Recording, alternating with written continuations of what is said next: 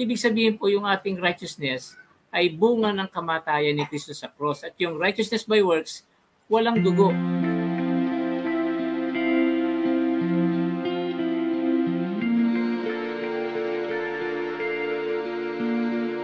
No, dito, Pastor, kung ibabalikan natin yung una ng mga magulang, naggawa pa sila ng sarili ng damit, Pastor, para lang katakpan yung kahiyahian nilang kalagayan, no? Pero doon, ang ginawa ng ating Panginoon, ipinagtahi sila at binihisan. Ano yung kaibahan nung damit na isunuot na ginawa nila Adan at Eva na galing sa mga dahon ng igos at doon sa ibinigay ng Diyos na damit na balat ng tupa? Anong kaibahan nun? Sa nakikita ko, Pastor, yung mga galing sa dahon, madali din yung masira. Kumbaga, alantibay. Yes, oh.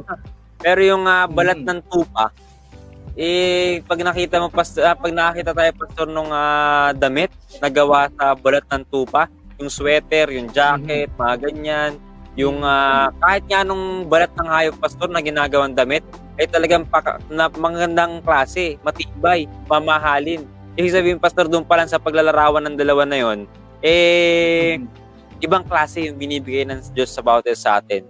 At ang maganda doon, siya mismo yung magbibihis dun sa atin. Hindi mo kailangan sabihin, amin na Panginoon, ako na magsusuot yan sa akin. Hindi ganun.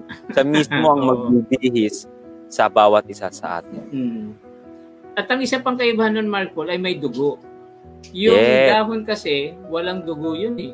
Pero yung tupa, para makuha mo yung balat niya, kinakailangan patayin mo muna yung tupa. At yun nga yung pinagawa ng Diyos kay Adan. Sabi, patayin mo yung tupa, yung pinakamamahal mong tupa, tapos kinuha ng Diyos yung balat niya at ginawang damit para sa kanila. So, ibig sabihin po yung ating righteousness ay bunga ng kamatayan ni Kristo sa cross. At yung righteousness by works, walang dugo. Kumbaga, galing sa kinuha ni Adan yung dahon, tinahin niya, ginawa niyang damit, so sarili mong gawa.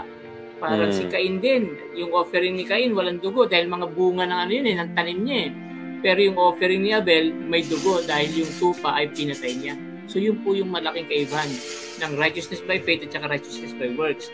Yung righteousness by works, walang dugo ni Kristo, walang tatak ng dugo. Pero yung righteousness by faith, nakabase sa kamatayan ni Kristo sa cross. In fact, doon nakasentro sa cross. At yun ang pinagkakatiwalaan natin na nagliligtas sa atin. Hindi yung gawa natin, kundi yung kamatayan ni Kristo sa cross.